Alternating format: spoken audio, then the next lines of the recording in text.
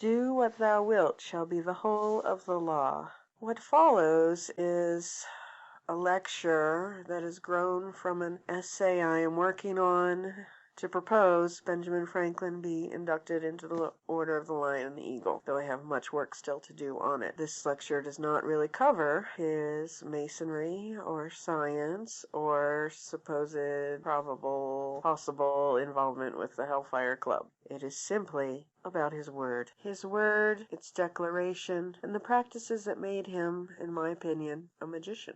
You will not get the discussion that goes along with this lecture, so it is much shorter. I am presently recording this in a hotel room in Reno, Nevada, where I am at a conference for work. I am recording it on my phone with a free app that I have downloaded, so it will be done in small increments that I will email to Brother Joseph for editing. In doing this, because one, my time is always full, and so I have not recorded it previously, and two, because I'd really like you to have it before the 4th of July. Obviously, this day is very important in American history, and Ben Franklin was a large part of the making of that history. This lecture was originally called Revelation or Revolution, Ben Franklin, Prometheus Unbound, but has lately just been known as the Magick of Benjamin Franklin. He snatched the lightning from the skies and the scepter from the tyrants. Anne Robert Jacques Turgot. Liberty is one of the most fundamental principles by which we live, one that our nation was founded on, and it is that greatest gift which we dream of bringing the world at large. When people are asked to name the man who has done the most for liberty in this country, they often answer Benjamin Franklin. I have tested this on the streets of Boston. Ben Franklin was a man of unparalleled achievement. His life began as an indentured servant in his brother's print shop in Boston, where he was born in 1706, and he ended it a world-renowned scientist and statesman in Philadelphia in 1790. He envisioned himself foremost as a printer, but that only skims the surface of his genius. It was as if he could not hold back the force of his own inspiration. He was a god among men, and his ways are our ways, as you shall soon see. Among his numerous accomplishments, Franklin invented the home heating stove, the glass harmonica, for which Mozart composed a piece, the lightning rod, bifocal spectacles, the rocking chair, the flexible urinary catheter, swim fins, the odometer, watertight bulkheads, daylight savings time, and the first artificial fertilizer. He introduced the concept of neighborhood watches, subscription and public library systems, the fire brigade, the insurance company, and hospitals to North America. He published the first American magazine, the first lottery tickets, and Poor Richard's Almanac, the prototype of the self-help book. He was the first to write his memoirs, creating a new genre that was eventually to be called autobiography, and which has been continuously in print for over 220 years and counting. Franklin founded the American Philosophical Society, the Leather Apron Club, to discuss politics, morals, and natural philosophy. Franklin and Marshall College, the Academy of Pennsylvania, now the University of Pennsylvania, and one of the first abolitionist movements in the colonies. He conducted world-changing experiments in electricity, identified lead poisoning, discovered and charted oceanic currents, and noted the principle of refrigeration, which is cooling by evaporation. A quote for you. Practically, Franklin's method of obtaining fire from heaven is better than that of Prometheus or Elijah. I am now writing by the light that Franklin's discovery has enabled men to use. Aleister Crowley, The Soldier and the Hunchback. He helped to draft and signed both the Declaration of Independence and the United States Constitution. He also negotiated and signed the Treaty of Alliance with France, bringing France into the war with England, and signed the Treaty of Paris, which ended the Revolutionary War, and recognized the independence we so brazenly declared to the world in 1776.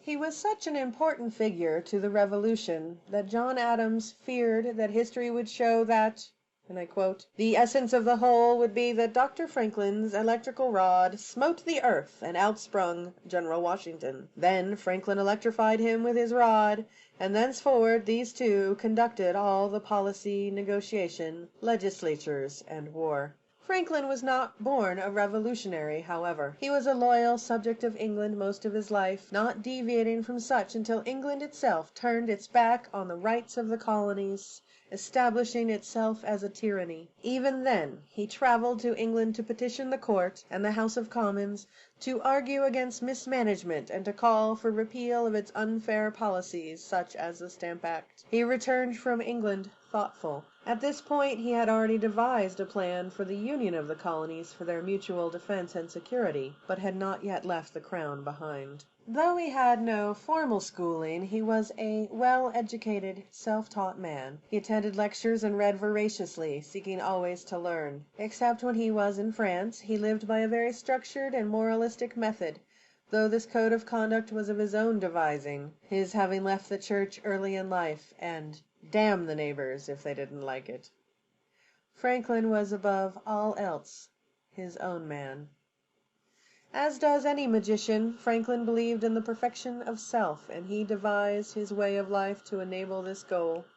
"I wished to live without committing any fault at any time," tells Franklin. "I would conquer all that either natural inclination, custom, or company might lead me into. As I knew, or thought I knew, what was right and wrong, I did not see why I might not always do the one and avoid the other. But I soon found that I had undertaken a task of more difficulty than I had imagined. While my attention was taken up guarding against one fault, I was often surprised by another. Habit took the advantage of inattention. Inclination was sometimes too strong for reason. I concluded at length that the mere speculative conviction that it was in our interest to be completely virtuous was not sufficient to prevent our slipping, and that the contrary habits must be broken and good ones acquired and established before we can have any dependence on a steady uniform rectitude of conduct. His method began with 12 virtues chosen and defined by him, with the 13th, humility, suggested by a Quaker friend. These virtues were as follows: temperance, eat not to dullness, drink not to elevation. Silence, speak not but what may benefit others or yourself. Avoid trifling conversation. Order, let all your things have their places, let each part of your business have its time. Resolution, resolve to perform what you ought. Perform without fail what you resolve. Frugality, make no expense but to do good to others or yourself, i.e., waste nothing. Industry, lose no time. Be always employed in something useful. Cut off all unnecessary actions. Sincerity, use no hurtful deceit. Think innocently and justly, and if you speak, speak accordingly. Justice, wrong none, by doing injuries or omitting the benefits that are your duty. Moderation, avoid extremes, forbear resenting injuries so much as you think they deserve. Cleanliness, tolerate no uncleanness in body, clothes, or habitation. Tranquility, be not disturbed at trifles or at accidents common or unavoidable. Chastity, rarely use venery, but for health or offspring, never to dullness, weakness, or the injury of your own or another's peace or reputation. And of course, humility, which he defined, imitate Jesus and Socrates. Each week he focused on one of these virtues while tracking the progress of all of them on a pad which he carried with him always. He would mark transgressions in the column of the day and the row of the virtue at the end of each day. He would examine this at the end of each week and resolve to continue to improve, switching his focus to the next virtue. The pad became so illegible from reuse that he began using small ivory notebooks that could be written on with a pencil and erased with water. He did not stop there, however. He created what we would call the daily planner by making a schedule for each day, beginning with his morning prayer and meditation on how he could do good that day. The schedule was broken down into the hours of the day, beginning at 5 a.m. Each day had his most valued tasks, virtues, or missions, as well as time to relax with his family or friends. Each day ended with a review of the day and update of his virtues table, and a meditation on the question of what good he had accomplished that day. His daily prayer went as follows: O powerful goodness, beautiful Father, merciful Guide, increase in me that wisdom which discovers my truest interests, strengthens my resolutions to perform what that wisdom dictates. Accept my kind offices to thy other children as the only return in my power for thy continual favors to me. What can this be but a daily invocation, an invocation of the One, to be with him that day as every day? Franklin followed this system for years, with some brief intermissions, including a period of total inactivity when he began traveling more frequently, though he still carried his little book with him. This time, lacking in progress, or nearing outright relapse, almost moved him to give up more than once, being content with a faulty character. I quote, "But on the whole, though I never arrived at the perfection I had been so ambitious of obtaining, but fell far short of it, yet I was by the endeavor a better and happier man than I otherwise should have been if I had not attempted it. As those who aim at perfect writing by imitating the engraved copies, though they never reach their wished-for excellence of those copies, their hand is mended by the endeavor, and is tolerable while it continues fair and legible." Though he was a spiritual man in his own right, Franklin had intentionally left the tenets of religion from his method, that it might be of use to people of all religions. He never mastered humility by his own estimation. I quote, "I cannot boast of much success in acquiring the reality of this virtue, but I had a good deal with regard to the appearance of it." To this end he made a rule not to directly contradict the sentiments of others, and to forbear all positive assertion of his own, and forbade himself the use of words or expressions that imparted a fixed opinion, such as certainly, undoubtedly, etc., instead adopting terms such as I conceive, I apprehend, or I imagine. Finally, he denied himself the pleasure, as he labeled it, of abruptly contradicting those in error, instead answering, quote, "that in certain cases that would be right, but in the present case there appeared or seemed to me some difference, etc." End quote. He felt this greatly improved his conversations, and believed it to be the reason he carried so much weight when making propositions. All of this work or self-training would culminate in the magician who brought us liberty, allowing him to float through the societies of France and England with minor offenses only, and gaining him admirers and supporters the world over.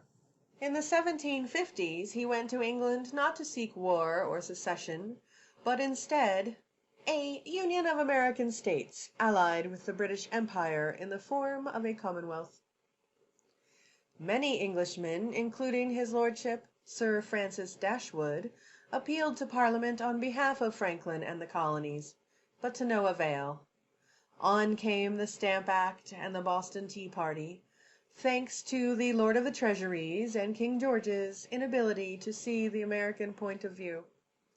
He returned home and ultimately became a revolutionary, not out of a desire for chaos or rebellion, but to secure liberty for the citizens of a brave new land, when members of the Continental Congress still sought reconciliation with our tyrannical overlords A full year after the Revolutionary War began at Concord and Lexington, Franklin was said to have made the following statement, which defined an age and still resonates in the hearts and minds of our people, and is so completely applicable today.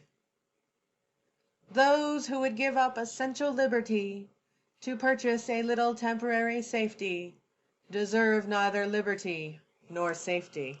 Benjamin Franklin was what one might call a precursor to Thelema. Not only did he do all of these amazing things, but he also declared the word liberty and worked toward its manifestation into his final years. A quote from a different source. OTO is dedicated to the high purpose of securing the liberty of the individual and his or her advancement in light, wisdom, understanding, knowledge, and power through beauty, courage, and wit on the foundation of universal brotherhood.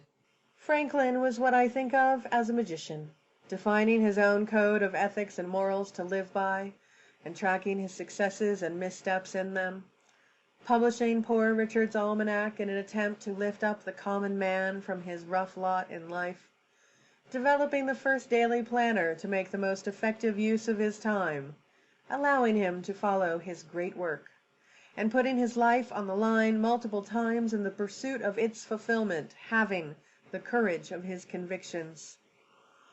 He worked tirelessly during his time in France to find a common ground between a naive French monarchy and a rebellious American people. Once again, proving his cunning, and with no evidence to the fact, he convinced the French foreign ministry that the colonies would reconcile with England were they unable to find a powerful ally to stand with them, all the while playing England the fool, having firmly resolved never to reconcile, should it mean anything less than total liberty for all Americans, but keeping them from realizing his ploy, which would have freed them to take up the aggressive suppression of our people while they were struggling to survive. Playing, alternatively, diplomat, dilettante, and country bumpkin as the situation required, he single-handedly won over the French people, their ministers, and finally the king himself, through the assumption of roles or forms appropriate to the desired outcome, the single-minded dedication to his beliefs and will, and his sheer, earthy determination, which kept him going when hope seemed lost, a country was born. Only when recognized by the French state as a sovereign nation did the United States of America actually exist on the world stage, and only through Franklin's work was it made manifest. Benjamin Franklin is a perfect example of a man doing his will.